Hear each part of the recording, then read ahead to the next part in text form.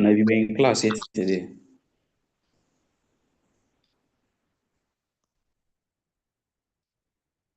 And if you're just joining, kindly remember to mute your mics. I'm familiar with some names here that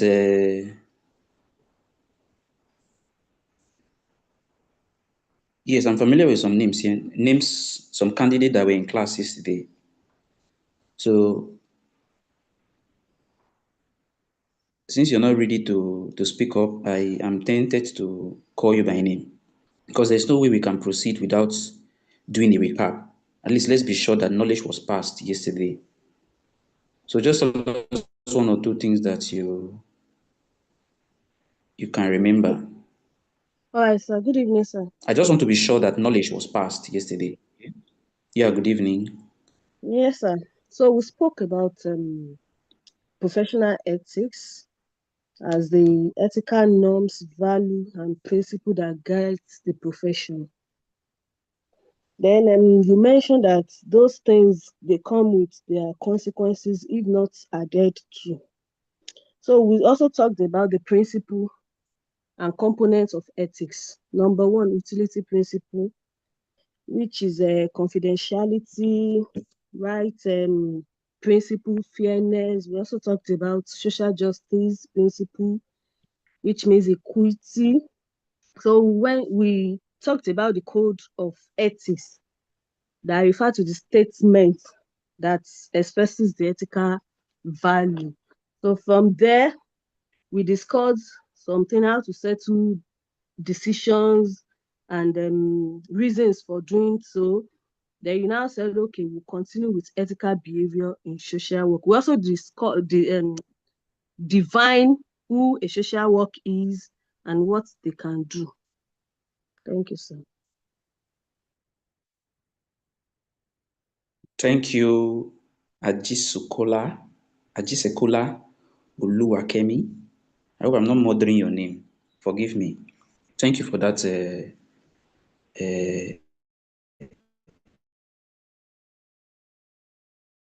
brief and able to learn something.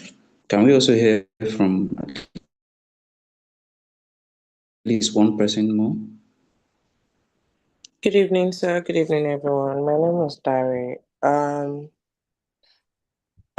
In the beginning of the class, we were taught how we are professionals as social workers, and that makes us different from humanitarians. And as such, professional social workers are marked by the appropriate use of their power, and then power in the sense that social workers are often tending to vulnerable people. So the ability of the professional social worker to manage the role of engagement shows the distinct power that we have, and that what's it called? Places us differently from a volunteer or an humanitarian, and also we are marked by the culture of our performance and then the ability to network.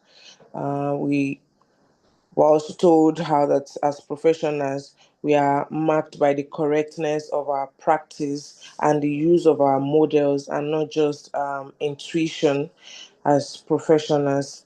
And also, just like the last person said, we dwelled on professional ethics and code of conduct, the utility model, the efficiency principle, then the that should be equity principle.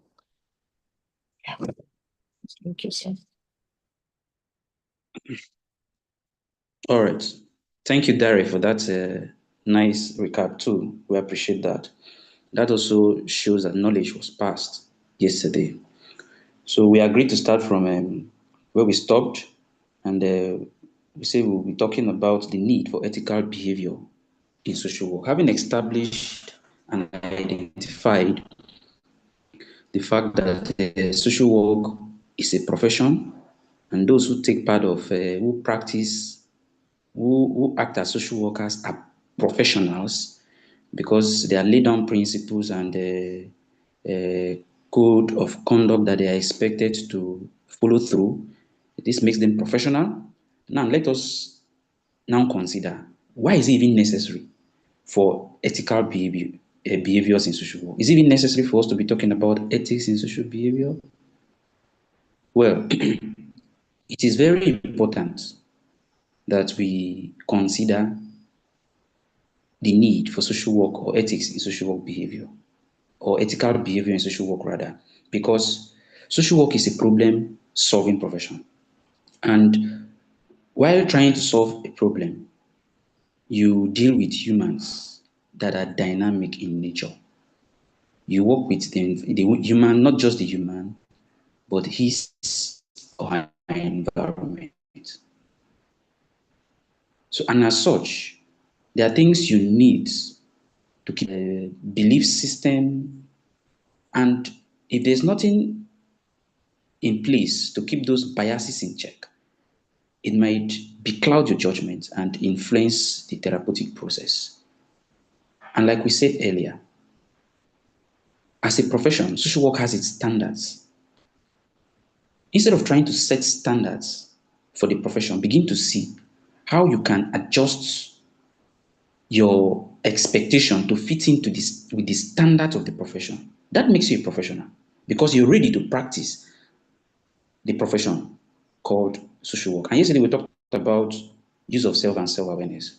I trying to identify your limitations, trying to identify your abilities, try to identify your weak points, and try to see how you can censor those weak points, improve on your abilities, in your abilities to fit into the profession, makes you a professional. Nobody is born a social worker or a professional RB in issue. You develop your skill to fit in.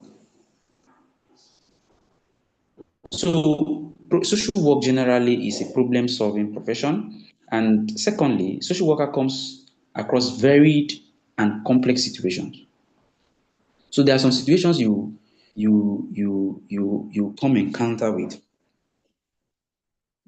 that are strange to you. So the beautiful part of it is you don't even those presenting problems as a professional. All you need to do is to follow through the principles and ethics of the profession. You know, social work is, although it's science, it is not like 1 plus 1 is always 1, right? So in social work, 1 plus 1, it might be 1 plus 1 today, 1 plus 1 equals to 2, but tomorrow you come, it might be equals to 5 or even to 1. So social work come across very complex issues. So there's need for ethical behavior to keep our biases in check, to help us to practice following some set standards, some set rules that will practice guide our engagement. So that by the time you see yourself falling off that line, you notice that it will become glaring that okay, fine, I am striking my blows out of the expected boundaries. So there's need for me to come back, right? And this ethical behavior in social work can even help you to track and evaluate your engagement within the professional relationship. So by virtue of this ethical conduct in practice, you as a professional, even without being told, you can judge and say for yourself that, okay, fine, I am either doing the right thing or I'm doing the wrong thing. Another need for ethical behavior in social work is that it helps professionals to act morally in difficult situations. So by the time you find yourself in what we refer to as ethical dilemma, where you're caught between the devil and the deep blue sea, you will still know what to do. I said earlier on in our class yesterday that at some point you might be faced with a situation whereby you have two opinions or even up to 4 opinions or decisions that are right, but you need to settle for one. And in settling for one, you need to choose the one that is of least harm to either the client or those around the client. And someone asked the question that to what extent should the client or the social worker go beyond some certain principles to avoid a situation where it will harm the client and those around the client, within surrounding the client. Yes, let's paint this scenario. An example can be traced through this scenario that I'm creating. One, you have this client that is contemplating suicide. Yes, he's going through a lot, he's depressed, and you notice that, okay, fine, even when you don't, the client is not even saying it by confessional statement that, okay, fine, I Please, am who is committing, I'm WhatsApp? planning to commit suicide. I'm planning to commit suicide. You can judge, you can perceive the client's thought of committing suicide through his or her action, or what he or she is saying. For example, some persons might be saying, you see this thing, if my husband leaves me or if my wife leaves me, I'm going to harm myself. And the next day you see the client coming back from the market with his sniper. You don't need anybody to tell you, as a professional, to tell you that this client is acting based on the statement he or she made earlier. So you need to act. And you wouldn't be saying at this point that, okay, fine, my client, I have a duty of, I have a responsibility of protecting the information given to me by my client. And as such, by virtue of the principle of confidentiality, I'm not expected to reveal my client's next plan or moves to someone else. Well, we also have a law, a criminal law in Nigeria that states that if you notice that someone is trying to commit a crime and you refuse to call the inform a law enforcement officer to intervene and prevent such crime, you are liable to you'll be considered to be others or a law enforcement officer. You will be considered to be an accomplice to that crime. So at this point, an ethical behavior that is of least harm to either the client and those around the client. Or maybe you notice that the client is trying to commit or attack someone within the neighborhood. The client address issues involving a family couple, and you hear the man saying, if this my wife leaves me, I'm going to kill her or I'm going to poison her. Not going to address that issue? No. So that is where ethics and the principles clash. And that's what we refer to as ethical dilemma. You need to carefully filter and involve those that are supposed to be involved in addressing that issue. Why it's oftentimes considered to be a psychological problem because he or she is depressed. Those are red flags that should never be. Ethical behavior in social work, because social workers during their interaction with clients and their significant others have sensitive information.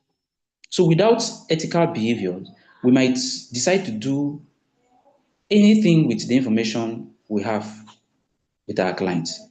We can decide to take advantage of our clients. For those of you who are practicing social work already, you agree with me that sometimes people who come to you as your client are people who fall within the category of the high and mighty. Unfortunately, when we talk about social workers helping the less privileged and the vulnerable in the society, what comes top of people's mind oftentimes is the poor, the physically challenged, and the children as well as women. Sometimes even rich people are vulnerable. For example, I know of wealthy men who are aged and they are vulnerable. Is not vulnerable or is not disadvantaged. No. A lot of situation, life contingencies can place one in a position that makes the person vulnerable, not just poverty. There's an experience of a landlord in Bayelsa State, mounting pressure at his apartment, and he blatantly refused allowing the tenant to renew his agreement. But in less than a month later, there was serious flooding. Guess what? The landlord and the tenant ended up in a concentration camp, in an internally displaced camp provided by the government. So at that point, the landlord, who happens to be a house owner, is vulnerable. So there are life contingencies here and there that can pop up at any time, given time in life, that would even place someone the society considered to be high and mighty in a vulnerable situation. So imagine having someone like that as your client.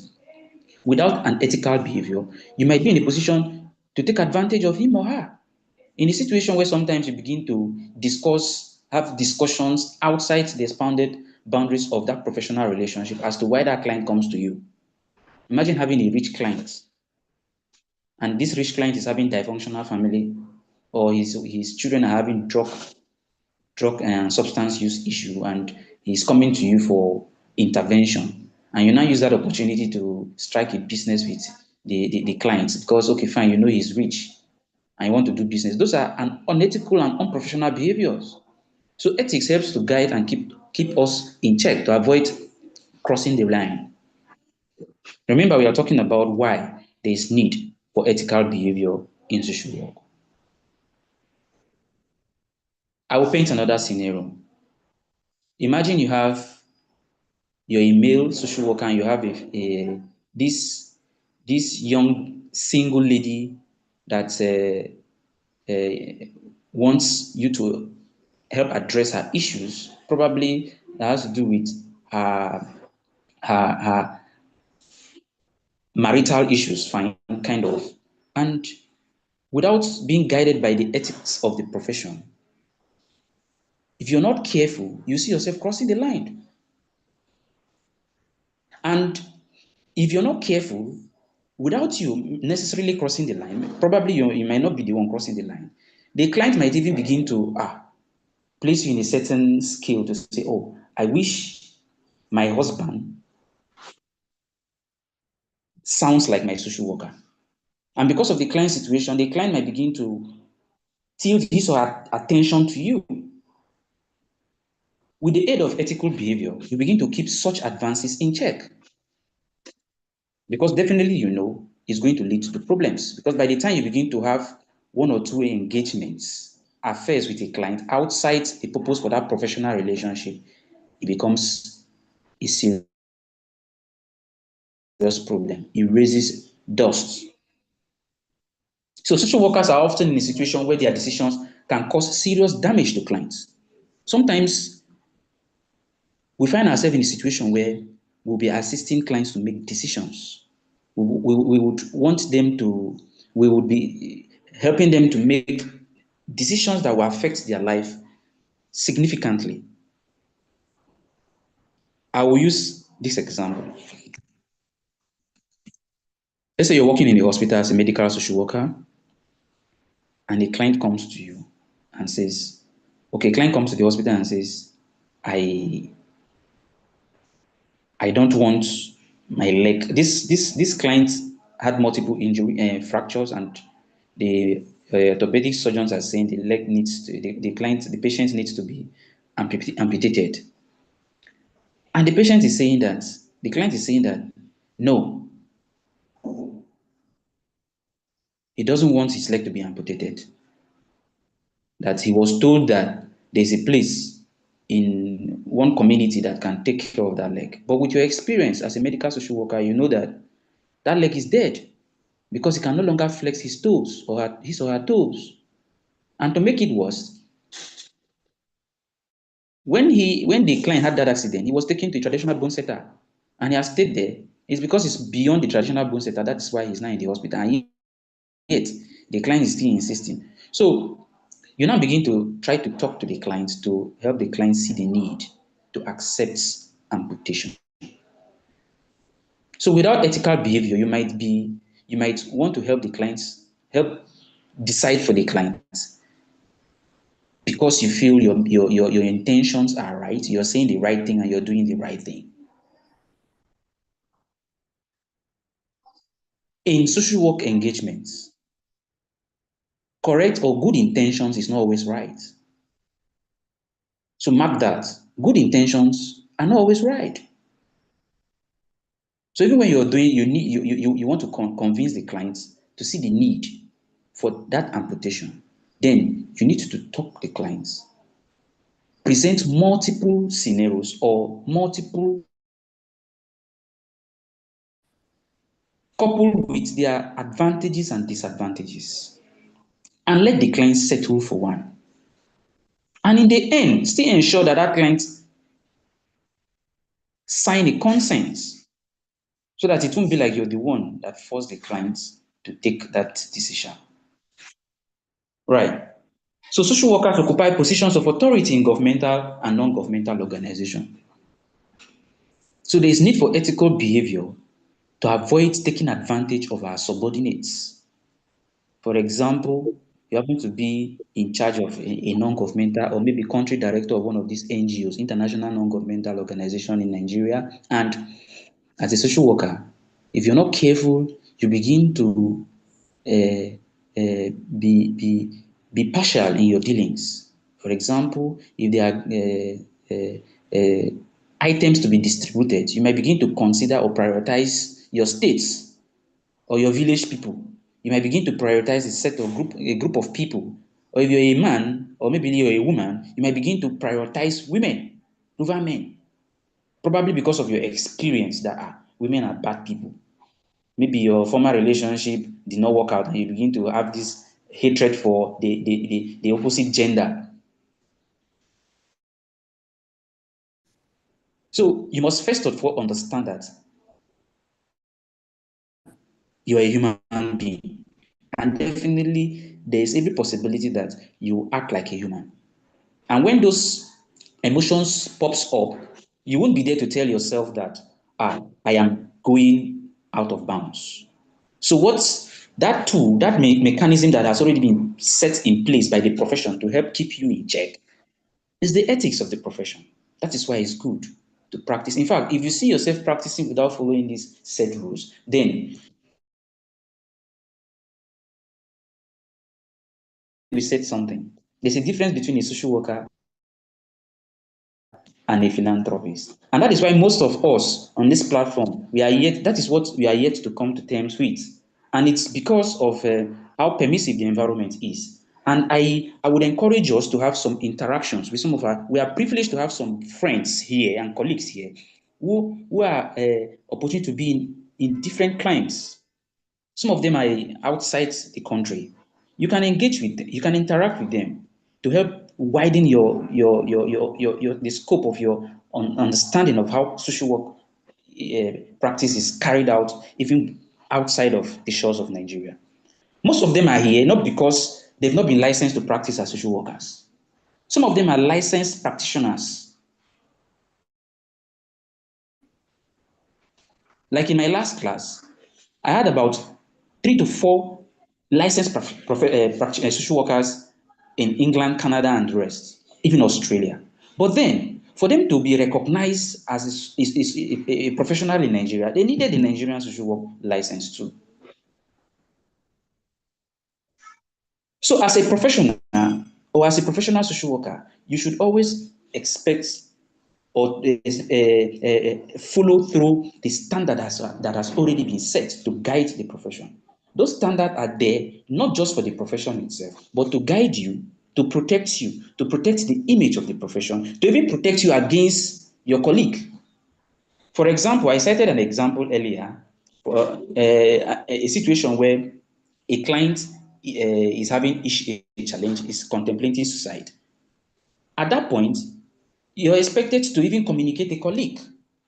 Or maybe you want to refer a particular client to another colleague. There is need to transfer whatever information and convey whatever confidential information the client has presented to you to your colleague, because you know that the same principle of confidentiality that applies to you also applies to your colleague.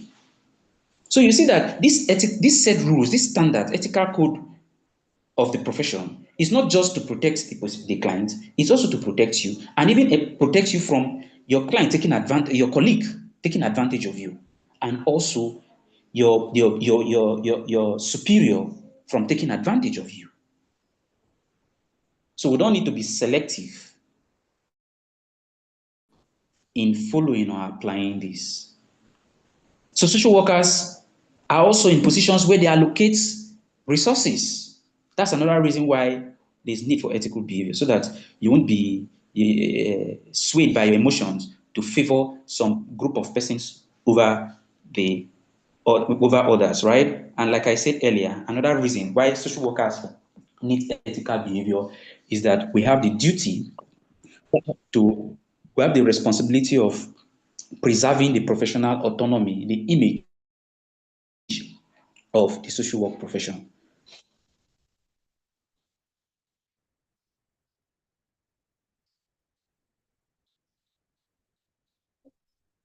All right, so let us now look at the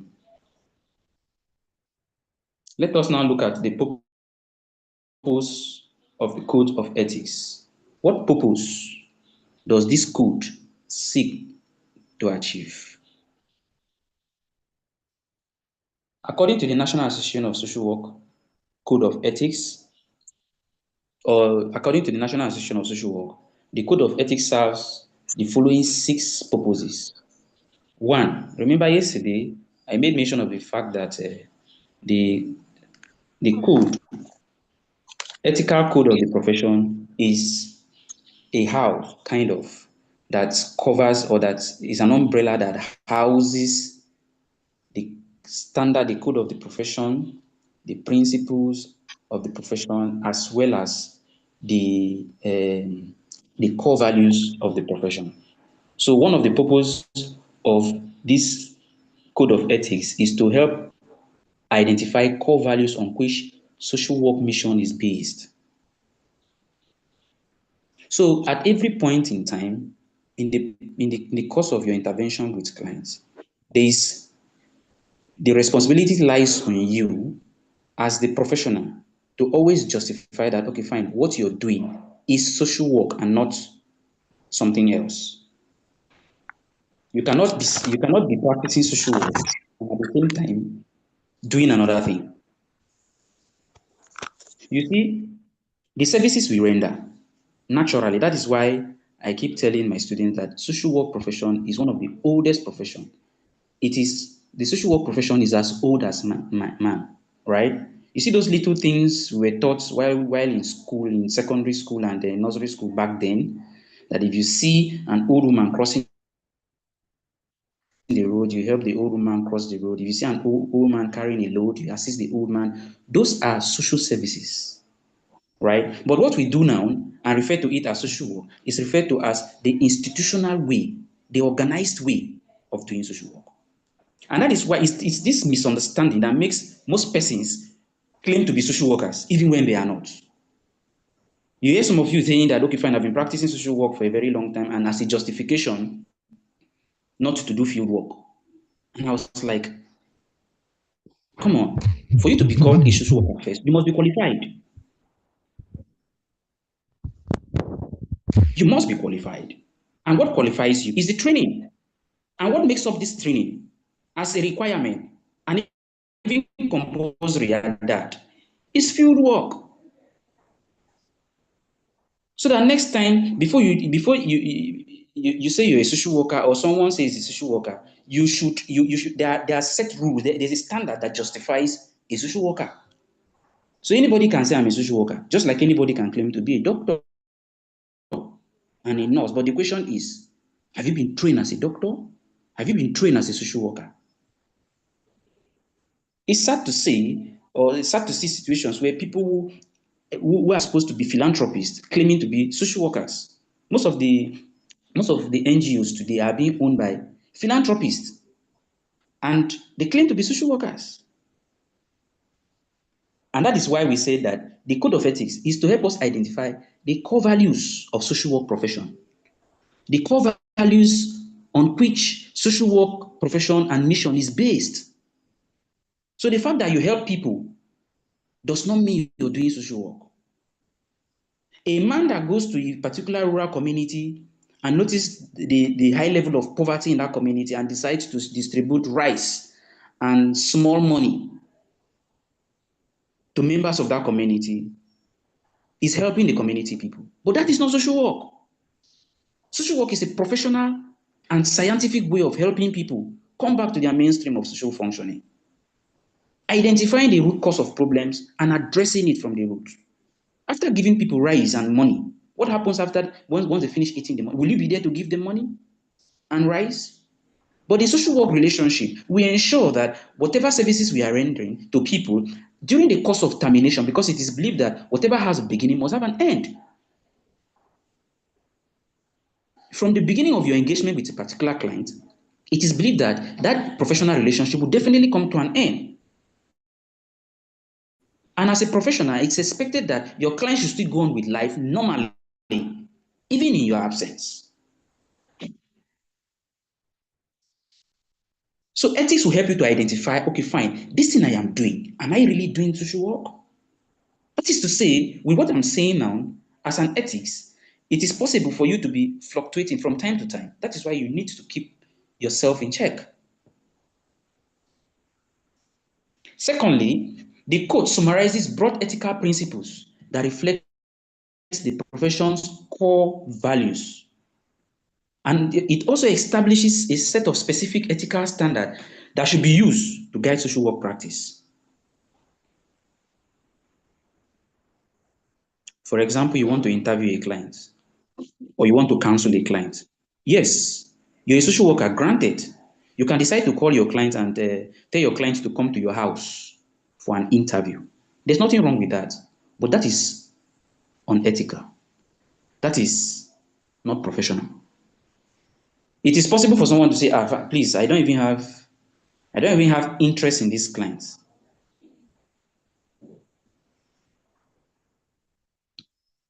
I'm not even going to do anything with this client. Just come to my house by 10 p.m. It still raises question. So because it is an unethical behavior, it is so unprofessional, social workers are not expected to act that way. So you now see that by virtue of this set standard, it beautifies the profession. It also helps to protect the image of the profession. There is one reverend father. I think the reverend father was, I think at some point he has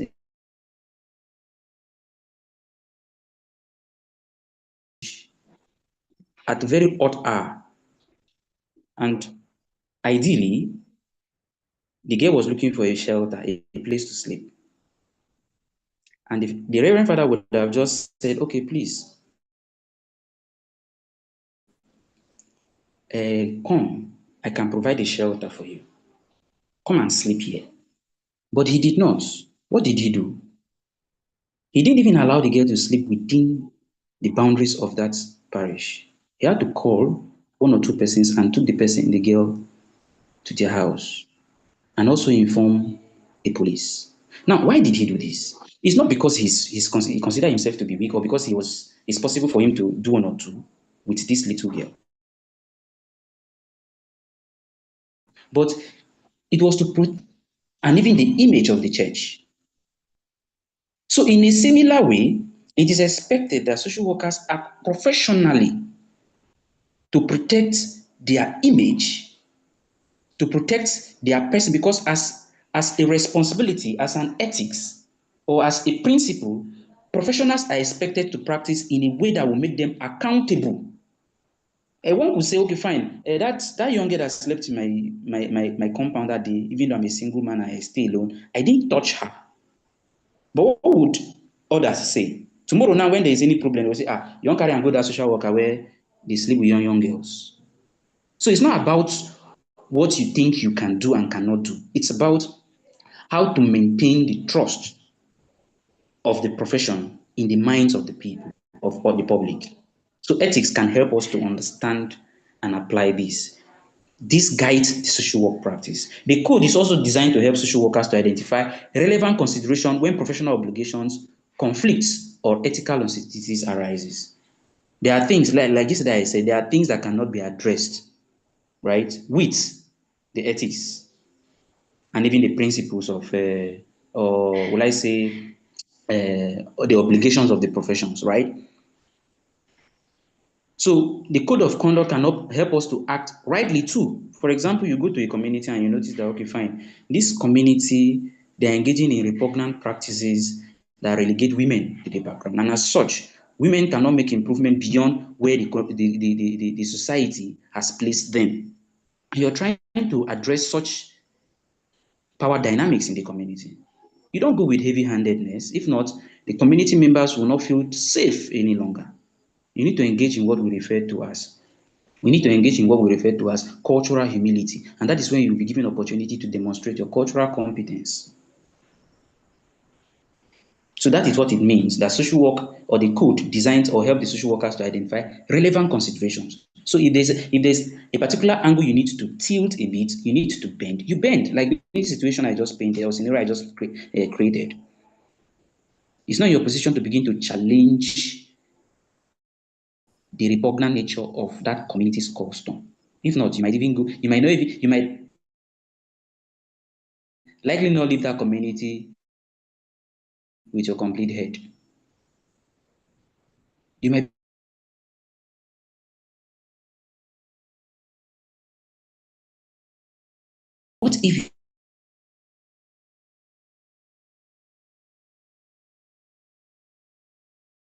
women in the community?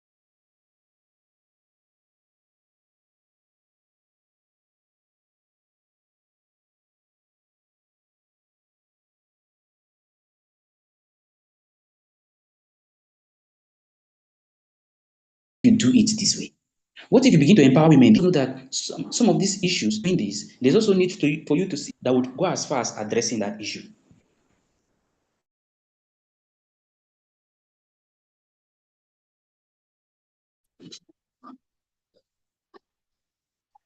Ethical behavior or the code of ethics also provides ethical standards to which the general public can hold social work profession to accountable, like I said earlier.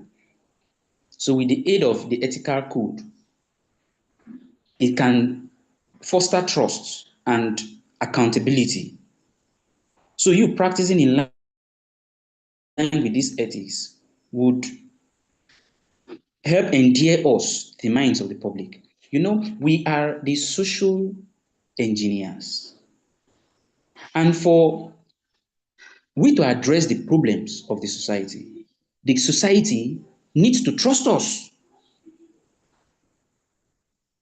It's just like you're trying to you go to a community and you're trying to encourage community members to see the need to engage in or to shift from patronizing traditional birth attendants to uh, uh, midwives and healthcare centers in the community. And yet, you fail to train those traditional birth attendants. That should be one of the approach to help build the trust of community members. Because, okay, fine, these are the same people now. Okay, it's just that they change office. They used to be a traditional birth attendant, but now government now built a house and put them. It's the same people now. It becomes easier for them to trust. Or you begin to bring one medical doctor that is, or a nurse that is talking to people anyhow in the community. Definitely, that project is dead on arrival. So in a similar way, as social workers, we have solutions to a lot of the problems, the disturbing or troubling the society. We have solutions to societal ills. But then we cannot activate the solution. We cannot make use of this solution, or the community or the society cannot benefit from what we have if they do not trust us. And that is one of the things the code of ethics seeks to achieve, to help build trust or instill trust in the minds of the public. And that is why it's expected for us to practice in a way that will make us accountable. The code also socializes professionals to new field, to social work's mission, values, ethics, and principles. So by virtue of this ethics, social workers have the ample opportunities to expand their engagement, their experience, and lots more. So in subscribing to this code, social workers are required to cooperate in its implementation, in participation, in adjudication proceedings, and abide by any disciplinary law projected or presented by the social work profession. Because the failure to follow through this ethical and codes and applying it during the course of practice and intervention, it comes with some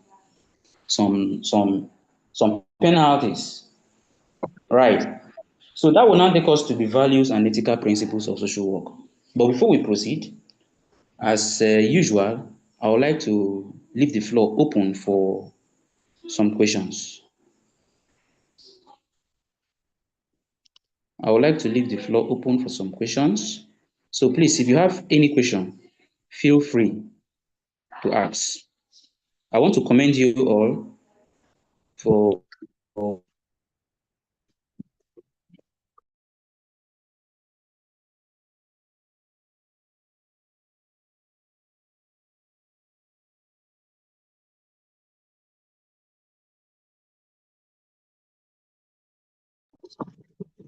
telling us with your questions.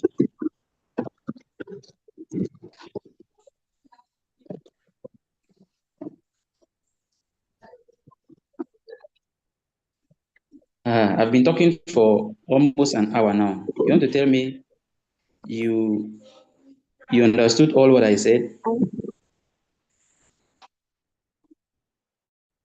Well, it's self-explanatory, sir. We appreciate. Sorry. Oh, I miss hearing from you. The voice, you're breaking badly. You're breaking badly. I wish you could hear.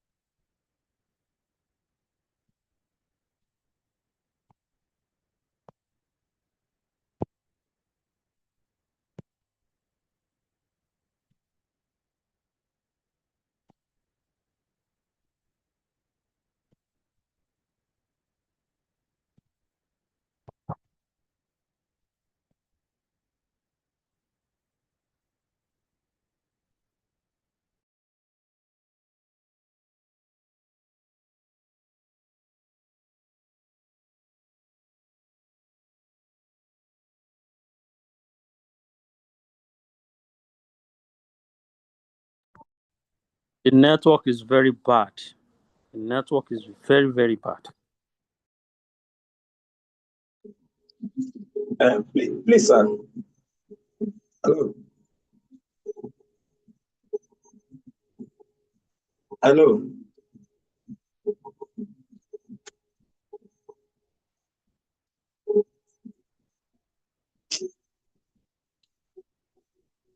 This Hello. network is very bad, I think.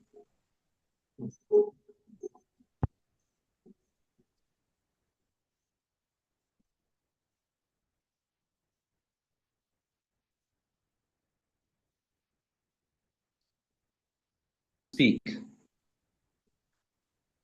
Oh, my network.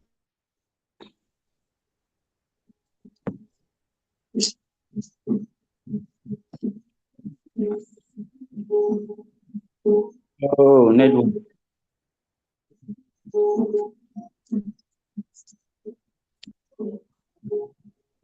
Let's give it some time. Let's give it some time. You are breaking, sir. Okay. Is it better now? Yes, Is it it's better now? better. Yeah, it's better. It's better. Okay, okay. It's better now, sir. We can hear you now, sir. Okay, thank you. Thank you. So I was asking now, or I said you feel free to ask questions, please. Feel free to ask questions. Um, Hello. Yes. Your explanation on this class appear to be quite very clear and more practical. But there is this question I want to ask because I think we encountered the same challenge when I was in school, unique attempts, and I brought up this issue. And some other student, my course mate over there, asked similar questions. My question is this concerning these ethical standards that the social workers must abide to in practice. Now, in the case where it comes to do with life and death of maybe a young teenage girl of about maybe 14 to 15 years that is pregnant, and then maybe the issue is brought to the social worker and they're considering maybe an abortion. So is it advisable for a social worker to encourage or give counseling on abortion based on the age of the girl? Or is it against the ethical standard of the profession? Okay. Let me be sure I understand your question. So this young girl came to you as a social worker, and the girl is telling you she wants to abort her pregnancy, right? Yes. And you notice that the girl is yet to inform her parents, right? Yes. Or you inform the No, parents. no. You talk to her, you tell her to inform the parents. Can you hear me? And the network is Hello? glitching. The network is fluctuating. Hello. Oh, Yes, the network is is. it better now? Yeah, I can hear you now, sir.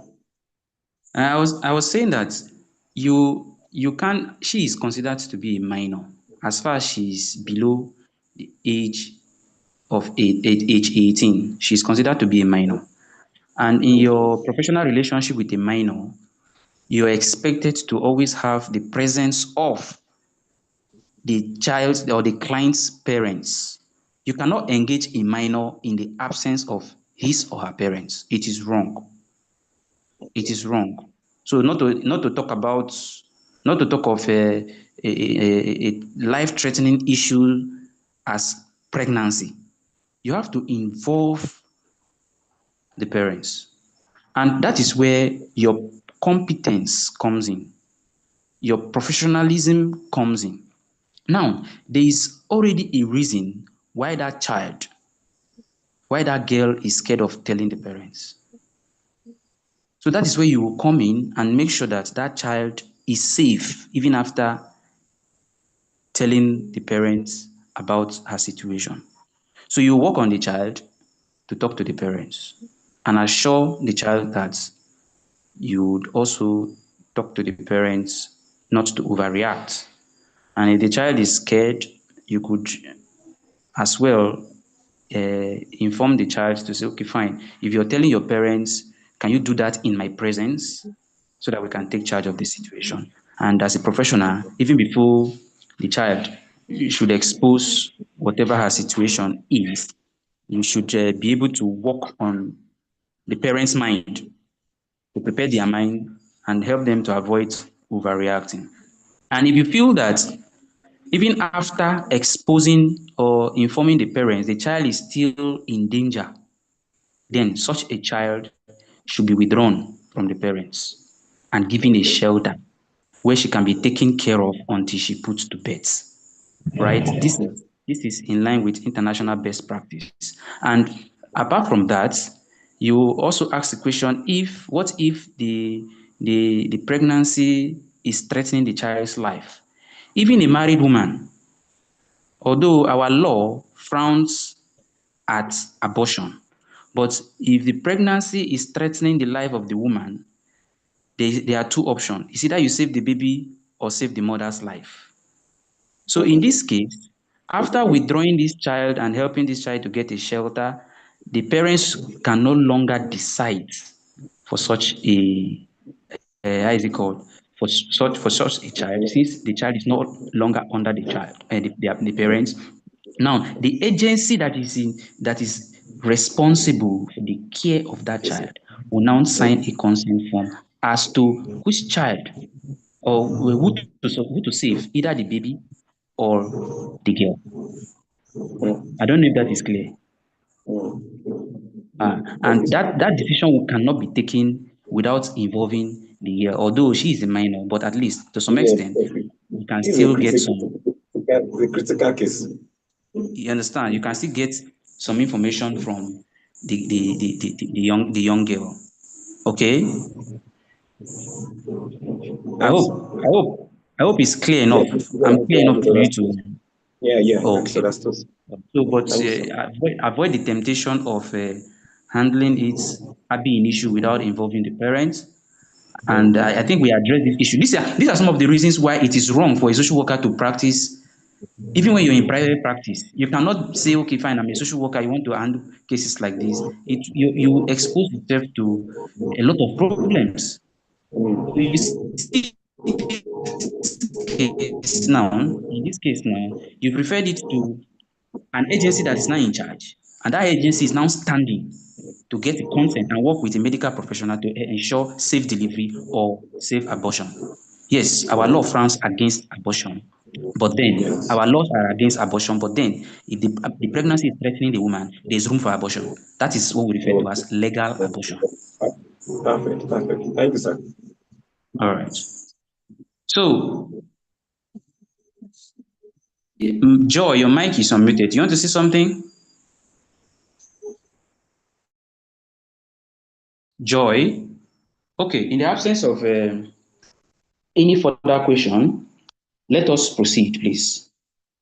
Believing you can still hear me clearly, we'll now be looking at values and ethical principles of social work. The mission of social work profession is rooted in a set of core values. Now, you're doing that falls outside of these core values, believe me, you're no longer doing social work. Why I'm taking time to repeat this is because some of us, we feel, right, we are not there yet in Nigeria, and we are still trying to build the profession to find its footing, its right place, right? So we should not, because we've been doing the wrong thing, it's not enough justifiable grounds to proceed in error. So let us now begin to see how we can right the wrong and improve in our services, right? So the fact that you've been working without being licensed or without getting the exposure, the necessary exposure, does not qualify one to be a professional social worker.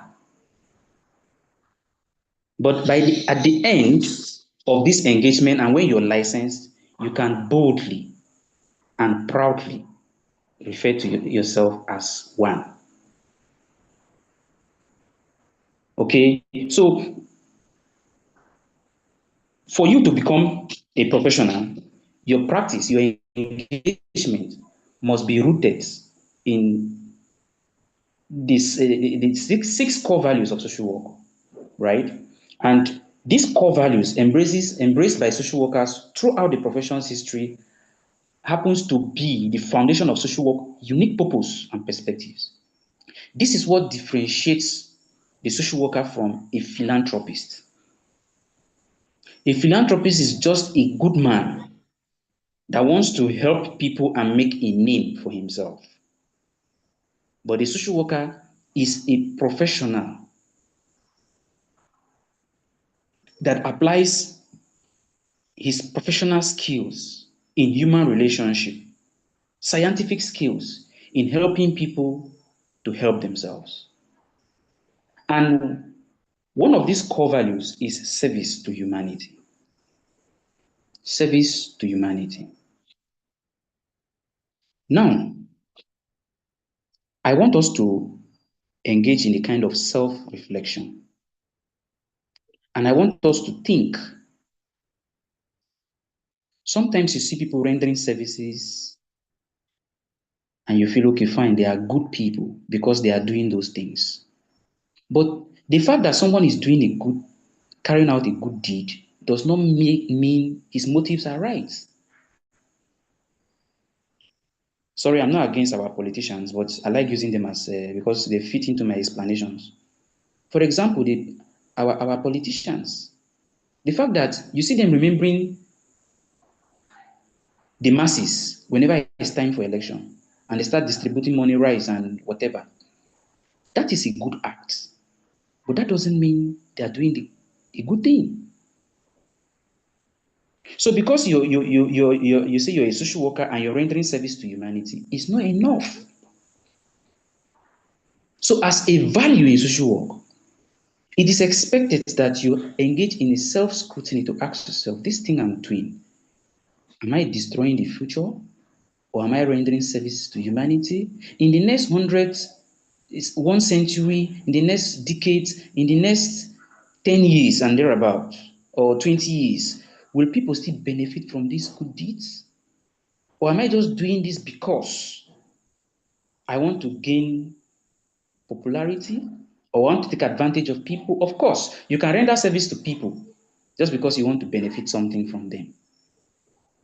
But then, if your engagement with clients are rooted in your genuine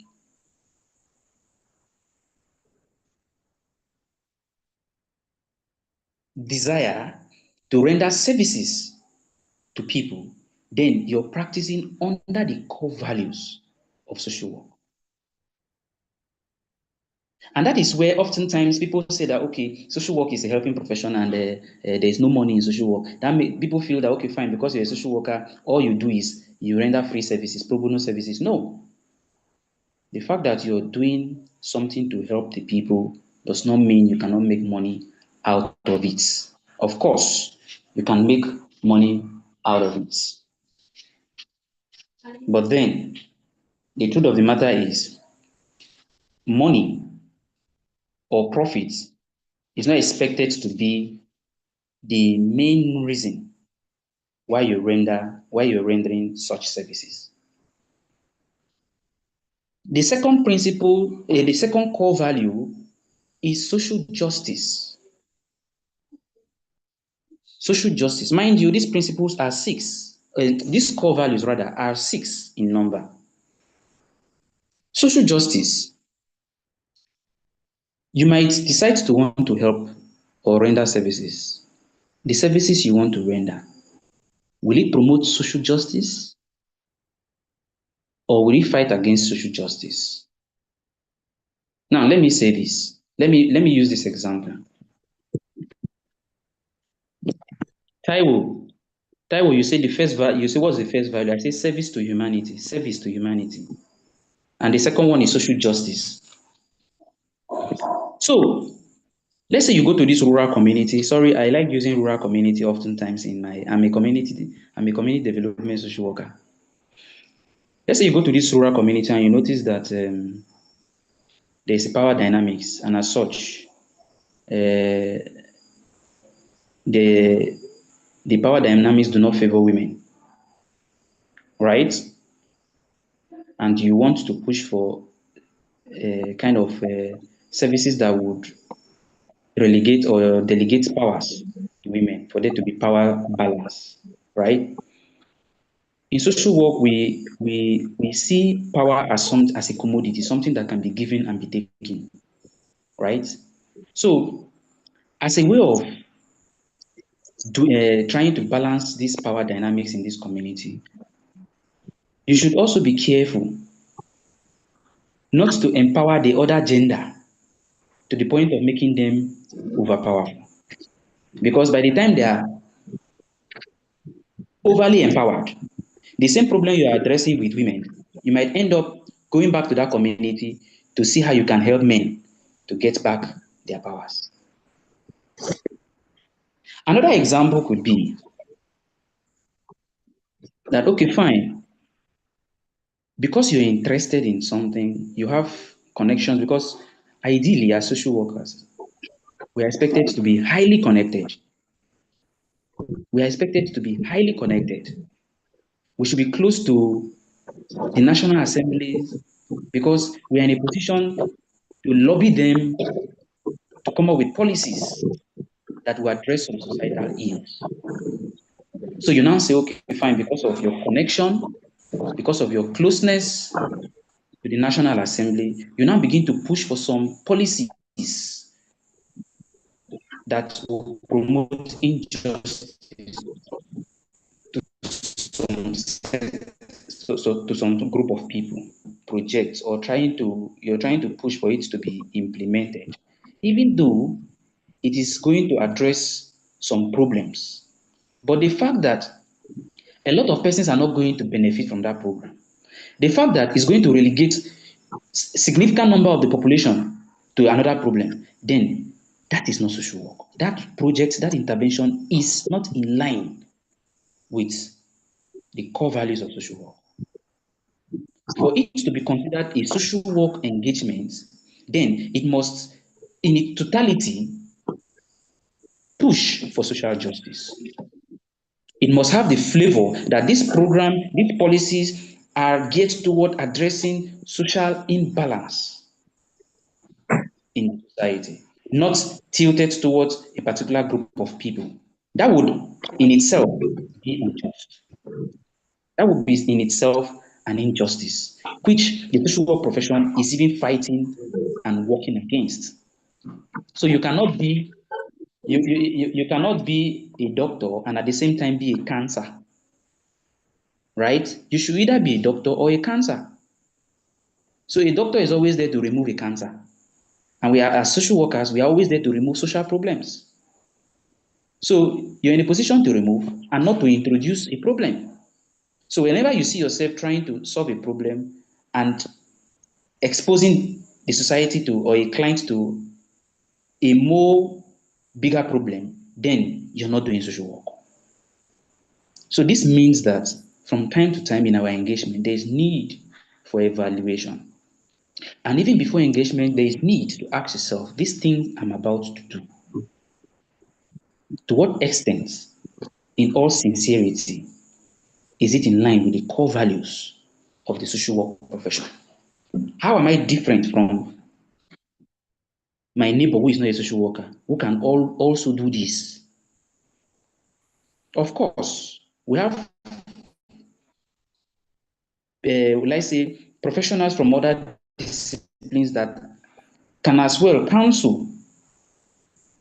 But then there should be a difference between a social work intervention, a social work counseling, and a counseling that is coming from another professional. Because one, our own is the social work profession is, will I say, people individual driven, people centered. It's all about making if for the well-being. It's tailored for the well-being of everybody, ensuring that people are assisted to help themselves and come back to their mainstream of social function. The third core value in social work is dignity and worth of a person. Yes, I will take time to explain this. Dignity and worth of a person. Granted, it can be very taxing, can be very annoying to work with people. You know, it's in the human nature to always expect people to appreciate what you're doing. But then, someone that is sick might not even really appreciate what you're doing. And that's why most times I don't even blame the nurses in the hospital. You see them, they are rude because the patients are even rude to them. And oftentimes we don't even blame the patient because they are also in pains. They are frustrated, they are depressed. But then it takes a professional to know how to handle those situations, to still protect the dignity and the worth of your clients. So because your client comes to you with a failed relationship doesn't make you better than that client. Mind you, the problems your clients are experiencing as humans, you're also human. You're also a human. You're not immune to those problems. Yes, we have social workers that are divorcee. Yes, we have social workers that are depressed. So you should also understand that the problems your clients are experiencing, you can also go through those problems. In fact, today you're a social worker, you can as well be a client to your colleague tomorrow. Just like a medical doctor can also fall sick. So in all you do, try to ensure that in your engagement with your clients, you still protect and respect the dignity of your client. In fact, this is based on the strength-based perspective that's leveraged on the inherent strength of clients to help them help themselves.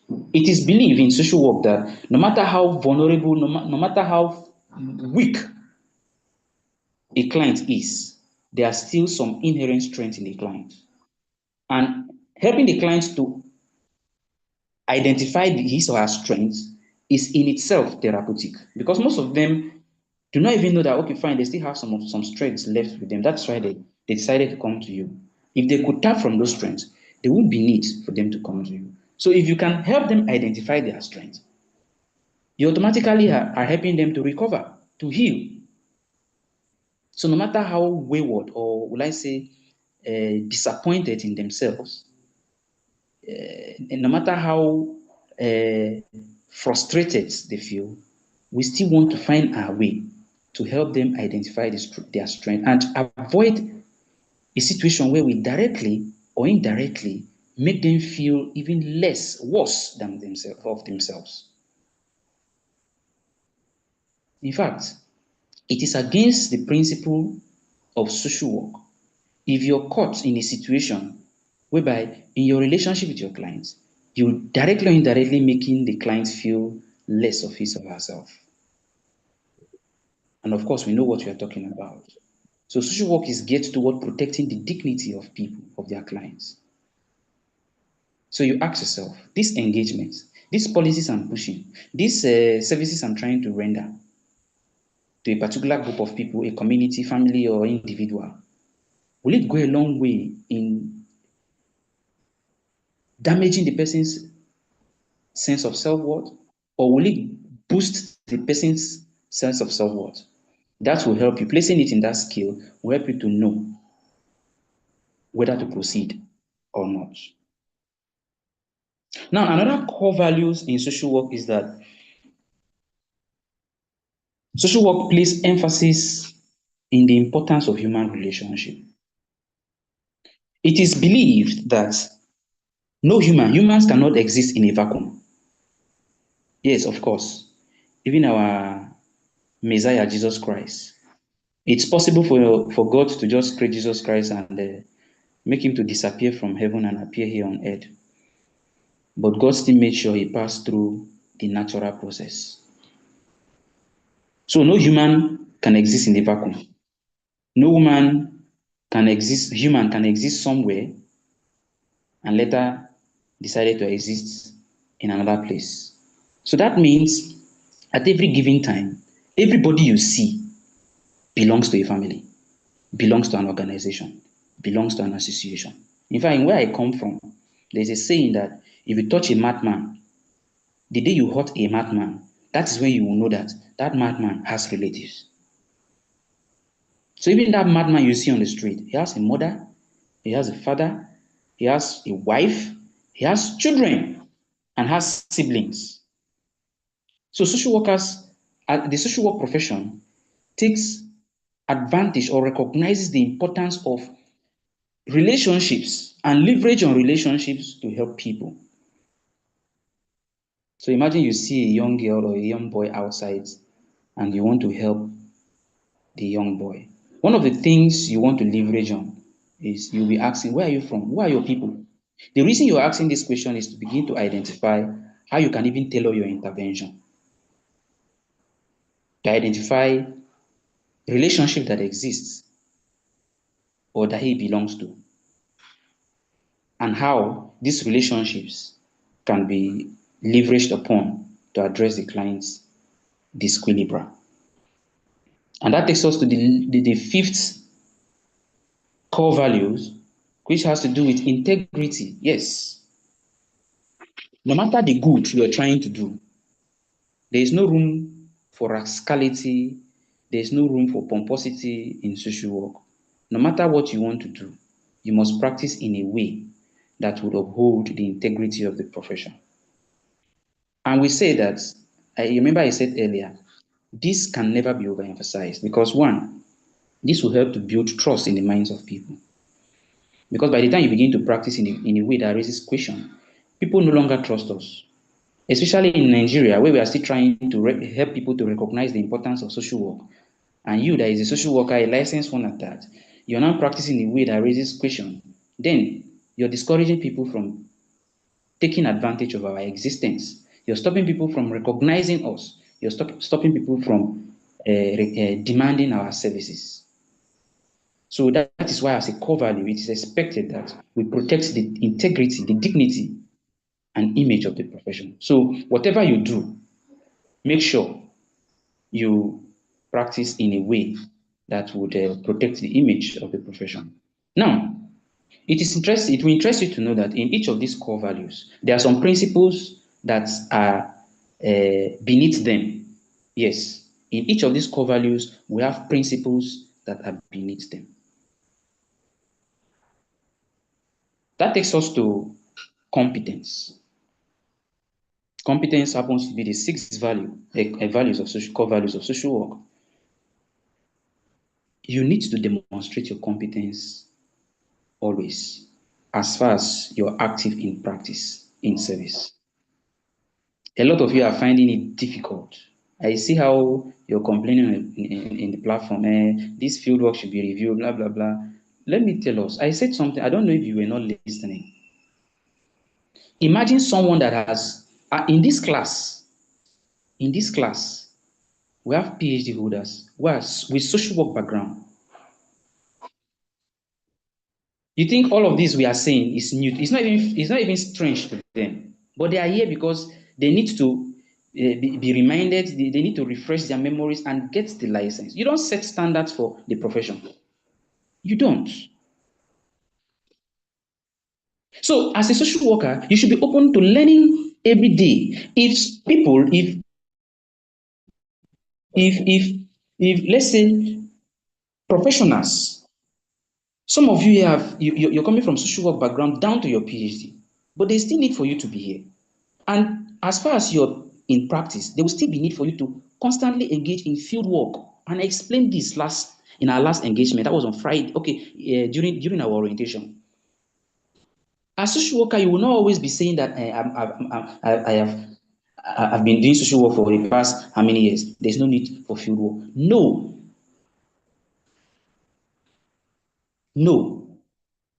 Even as an individual, without being assigned to field work by maybe your agency or whatever, it is even good for you.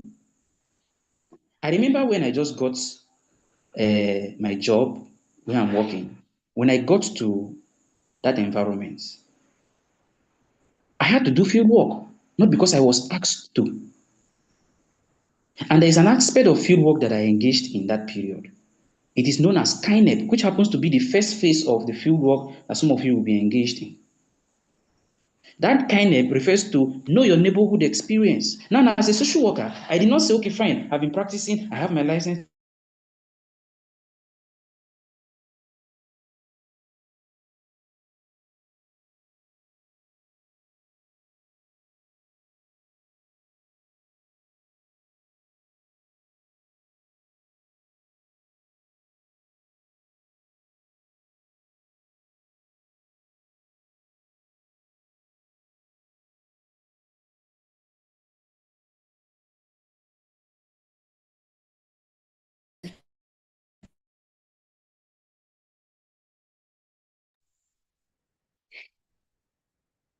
Hello, sorry, I want to believe I can be heard. Yes, sir, we can hear you now. Okay, You okay. went So off. Went yes, off, yes, but yes. we can hear you. Okay, thank you. So now you need to understand that there's need for you to always engage in field work, especially if you're changing environments. Now let me shock us. After carrying out that kind of in less than 2 weeks, my student called me and said, "Sir, I have a very serious situation here in my office, in my agency. Where do I refer this client to?" Now imagine I was yet to engage in kind of in that new environment. I would have demonstrated my lack of competence by not knowing what to answer to my students. So, what are we trying to say, or what am I trying to say here? As a social worker, you have no excuse to be caught on fresh. You need to update yourself every now and then.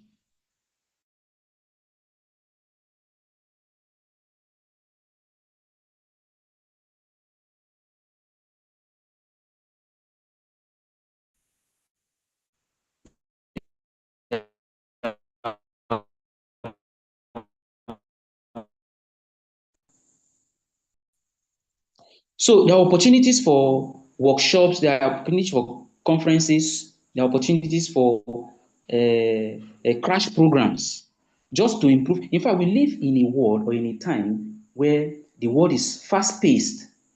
So you need to up your game. And that is how, as a social worker, you continue to remain competent. That's how you can demonstrate your competence.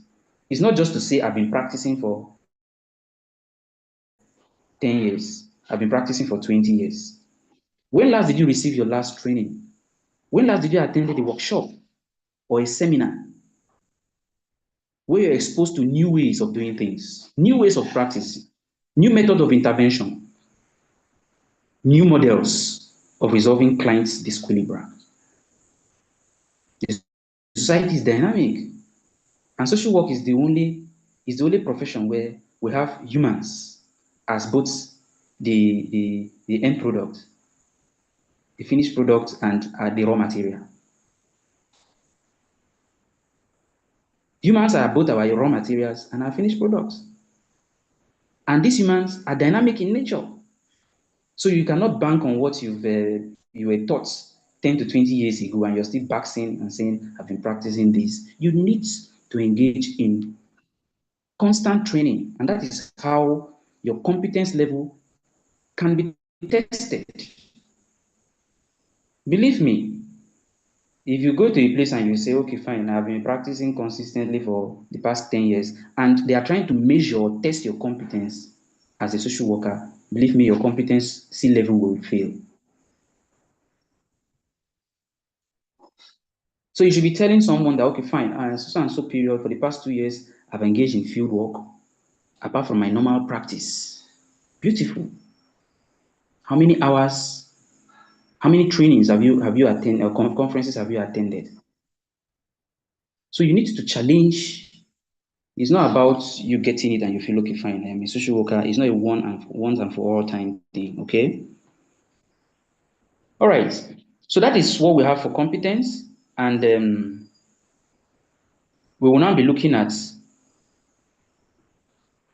principles of social work.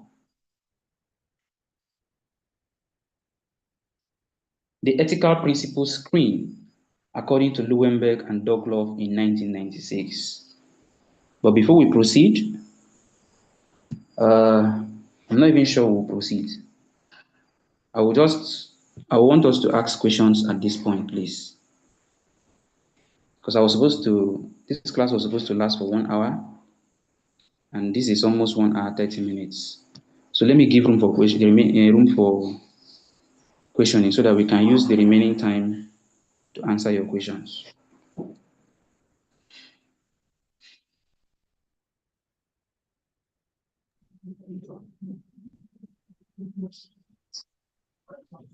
Hello. Yes. I want to appreciate you once again for your time and how you've been trying to break it down to everybody's understanding. Like I believe majority of us on this platform, on these trainings, we are more or less newbies or jambites in terms of this training. Even though my first degree is on social work. But I have two questions I want to ask. I don't know maybe how you can compress them and answer them in one time. You talked about that the core primary concern of social work is not monetary based. And our focus is on service to humanity and all of that. But I want to say, does the code or ethical code of practice, does it give room for social workers to like place a fee when handling a client? Or it is at the discretion of the social worker to do SYZ? Or maybe there's a standard that the principle, the ethical code set for a social worker to go about that. And again, my second question, if as a social worker, like you use yourself as an example that you are a community development social worker, and if you, for example, you go to a community where you say, especially this our rural community we have across Nigeria, that some of these communities that are just not into right to me, but we have some of them even in my own state. If you go there now and you want to do an intervention or providing maybe some social services that you feel or know will help enhance the living standards of people there, how do one go about it? You just go and maybe because you have this and that, you just put things together to see you uplift the light of those people, or maybe there's a way to go about it based on the standard of the profession. Okay. Thanks. Thank you for that nice question. Like I will always encourage people to ask questions because it will give us opportunity to explain further, right? You see, I am against. In fact, I'm not in that WhatsApp group of people that will say social workers should not make money, right? I believe that where you work, now there you're supposed to chop. But then there are things you need to know. By the time you begin to place what the profession and the ethics is against is placing monetary value over the services you're rendering. It shouldn't be the major thing. The main thing should be rendering services to humanity. And I used to tell people, you see, value of competence can be seen in all aspects of practice. As a social worker, if you're competent, you make money, soft work, without even asking anybody for money. For example, you asked about the community development. You want to address the community problems. And we say that one of the duty of social work or the responsibility of a social worker is to connect clients to resources, is to link clients to opportunities. Now you go to these communities. Most of them, they have resources they do not even know. First, you need to engage in what we refer to as assets mapping. After doing needs mapping to identify the needs of the community, you now carry out what we refer to as assets mapping. Now, by virtue of this asset mapping, you're trying to identify community resources that the community can leverage on to help themselves. And let's say in this case, you want to build a hospital for the community, and the community say that they don't have money. But you now notice that this community, they have a vast land. That is a resources. Not like you want to help them sell the land to make money out of it. No. They have vast land. And you notice that, okay, fine, cassava grows well on their lands. That is another opportunity that you're helping to connect the communities to, right? And you now notice that the community has large number of youths. That too is a resources. And you now engage the community members and say, okay, fine. We have about 1,000 hectares of land in this community. And if the 500 youth in this community can come out once a week to work on this farm, we'll be able to generate or get in the next 6 months to 8 months, we're able to get about 100 tons of gari from this community, and a ton of Gary is sold for so and so amount, and your evaluation for the health center is about maybe 20 million naira, and you say, okay, fine. In a period of 1 year, this farmland can generate 10 million naira. So in 2 years' time, we can generate 2 million naira, 20 million naira that can be used to establish this health center in the community. That is you identifying a resources in that community.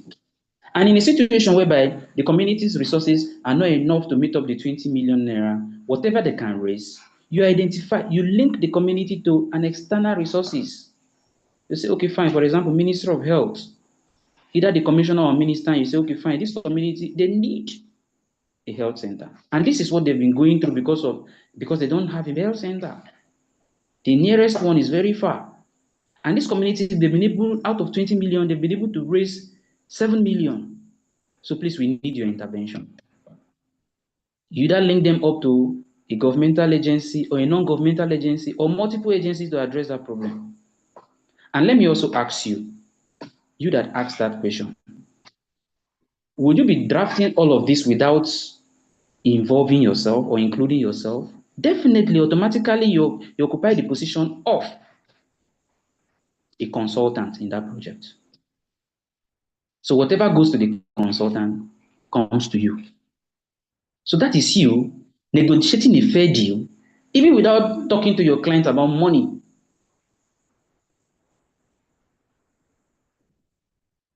I hope that addresses your question.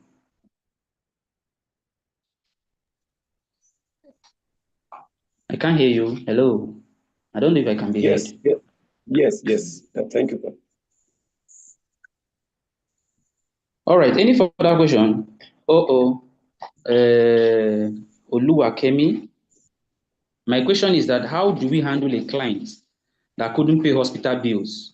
His family rushed him to hospital but couldn't pay the fees, and it's an emergency case and the social worker was summoned. Secondly, it was recommended that the client should go for hospice due to his life-threatening sickness that cannot be threatened. But the client was pleading not to send him to his family because they will kill him. This is your question. It requires consultation. All right. The first question is, how do we handle a client that couldn't pay?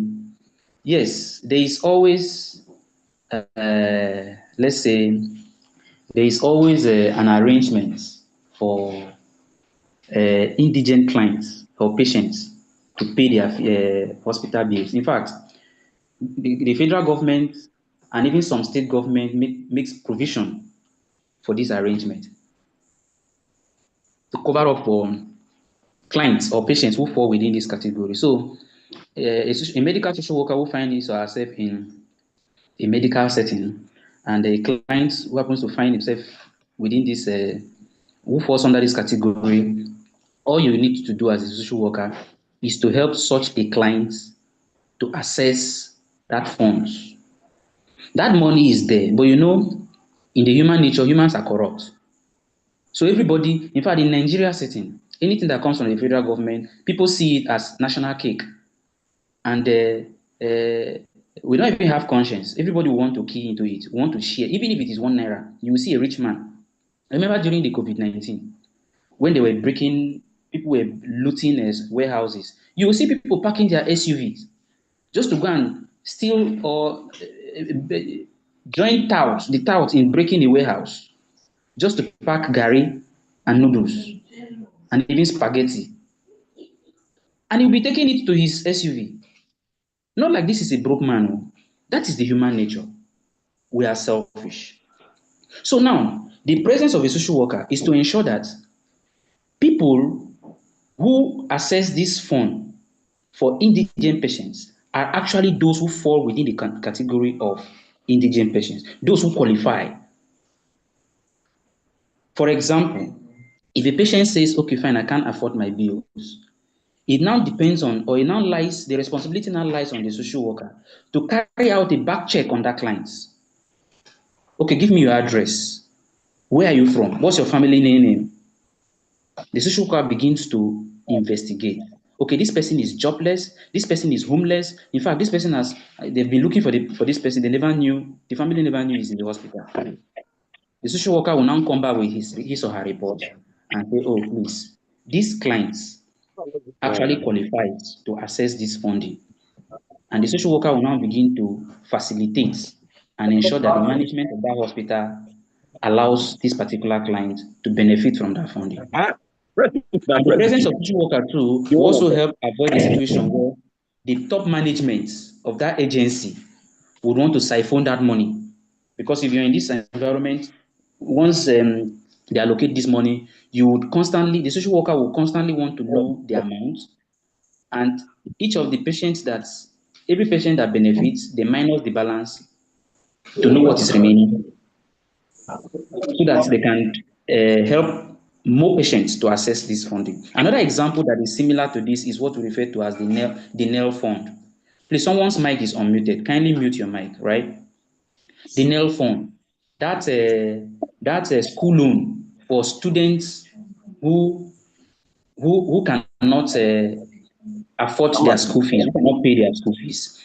Now, this exercise, whose mic is not muted? Now, kindly mute your mic, please. Is that Bright Ibobo? Bright Iboho, mute your mic. Thank you. So, I was saying that another example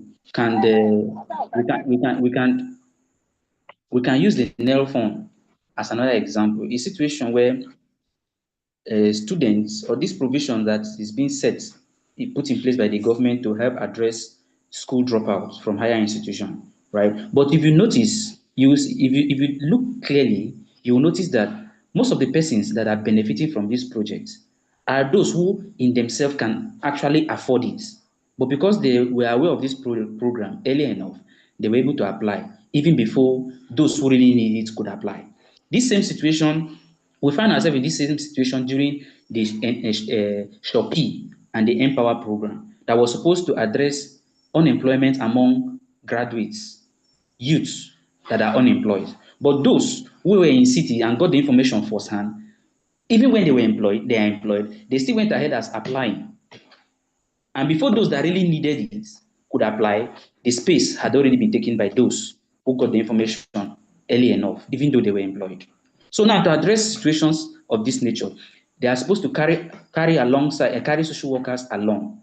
And social workers are expected to be the ones to do the back check based on means test to apply or to carry out an investigation on applicants to ensure that those that apply are people that fall within the category of beneficiaries.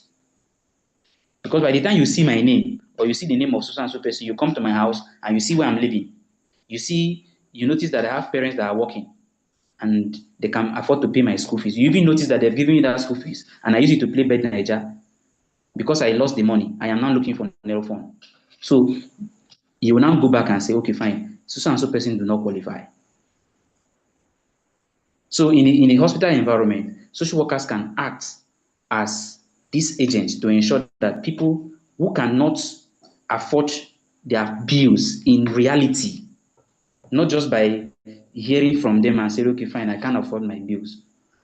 Hearing from them and you're sure that you can now recommend to the management that, okay, fine, this person falls within this category and should be allowed to access that funding.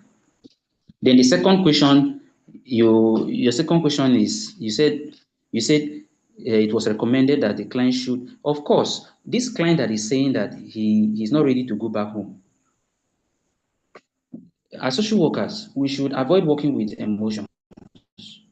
And we don't take issues or act on issues based on a presenting value, right? This client is saying that if he goes to his house, they want to kill him. And the family members are begging you as a social worker to release the patient to them. They want to go and take. It's for you to carry out investigation, a back check, to know who is lying.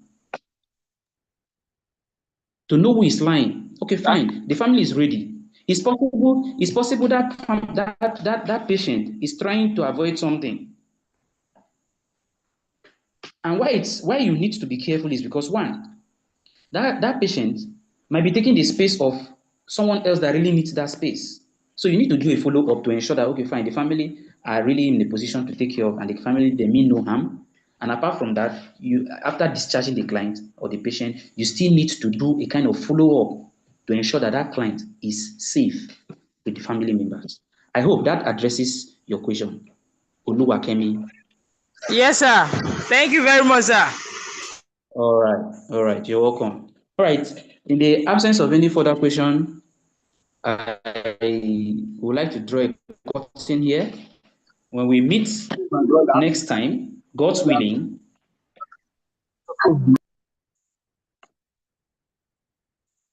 Mr. Charles, you want to say something? Are you guys? No. All right, so when we meet, The wife dream say gold. Are you guys saying? This Papa with your wife. Mr. Bright, your background. Oh, I do Mr. Bright, your background. All right, so when we meet next time, God's willing, we'll start our lectures from ethical principles screen, according to Excuse me, Lewenborg sir. and Douglas. Excuse me, sir. Okay. Sorry, sir. I can hear you. As far, yes, sir. As far as Osun State is concerned, next week is a Nation Day. Shall we be able to participate in that lecture that will come up, because it's actually the period of election. So you schedule Election. yes, in Osun State. See, you politician, you're trying to protect your interest. What No, That's congrats only. to Huh? election? I wanted to go. well, Well, to go and not everybody now. If you wanted to go, Please let me hear you well now. Who is speaking? It's eh, not everybody. That's what I'm trying to say. It's not everybody. It's not everybody. okay. If you want to go, you can go. You can go, but at least you should know how to arrange your affairs now, because there'll be if you miss the entire lectures. For example, there will be that Saturday there will be three classes or so. So there's no way That's what it won't be that's advisable what to miss all. because as far as I'm concerned, I'm one of the observants that will participate in the election process. So I don't know how we go to Okay. cope with that situation. Okay. If that's the case, then you rely on the recorded version. I think someone should just remind the ICT staff on the platform. Just ask of the recorded version of lectures. They will send it. Okay, sir. But I'm very grateful. I still believe your work, your job description that day. It's Yes. just that in Nigeria, when we hear election, it's just like we are saying fight. I want to believe you can still put on earpiece and be listening to Sir. lectures. You might not have 100% attention, but then 50 to 60% is not a bad one. Instead of Well, missing totally, yes, you I will try understand? to adjust. I will try to adjust. Better. hello, sir. Sir, I have a question. Okay. Sir, hello? Wait, is it Joy? Please speak. Okay. Yes, good evening, sir. Good evening. Please, sir, like today now, I was able to You join say on what? time to request for something. Is it possible for us to get materials for this particular lecture so that we can study it even as we already taught us? Yes. There's arrangement for that. You will get it, please. Don't worry. So how soon are we going to get it? Because we need to also prepare for the class. Because to me, I like reading the material immediately after the class so that we will be refreshed of Let me see. what I have been taught. You Please get, just so I don't know how between now soon we and are our going to next get the lecture. material, And like the lecture that we had I said yesterday. it now. I said please drop it on the platform there. Yeah, please, we need materials. I'm not the only one. Okay, Okay. so that others too can send. Okay, yes, I actually made that request yesterday. Yes, I actually made that same request yesterday. Of course, the man was saying that he's going to give the material maybe later, maybe after the exam, or I don't know, but we are requesting for the material because we actually need this material to study. So I will just like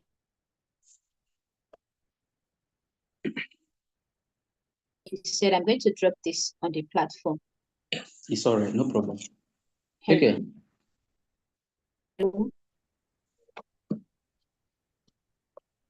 Yeah, I can hear you. I say no Hello? problem. Thank you. Okay. So Alright. just expect mine between now and our next class. You'll get it. Can assure you of that. Okay. All right, sir. Thank you, sir. Okay, sir. Okay, Latif, it's like you wanted saying something. Yes, you have clarified my mind. So far, I can take a form of because the situation will demand me for reporting the event as is currently taking place, but doesn't indicate that as you said now, that I should take a form of air something to at least to know what is going on during the lecture period. But I think there won't be any total concentration on that. But probably if you I can request for the video and audio version or recording version, so that you have make mention of that for me, sir, so that I'm likely to take a step. It's all right, no problem. Thank you, Thank sir. you. In the absence of any further question, let's draw the curtain here. Take care and enjoy the rest of your night. Good night. Thank you, Thank you sir. so much. Thank you, sir. You're Good welcome, night, sir. sir. Your, your lecture is mostly detailed. Thank you, sir. Thank you so much.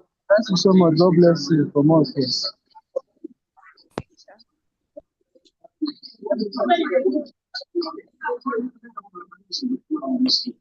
It's 22 days.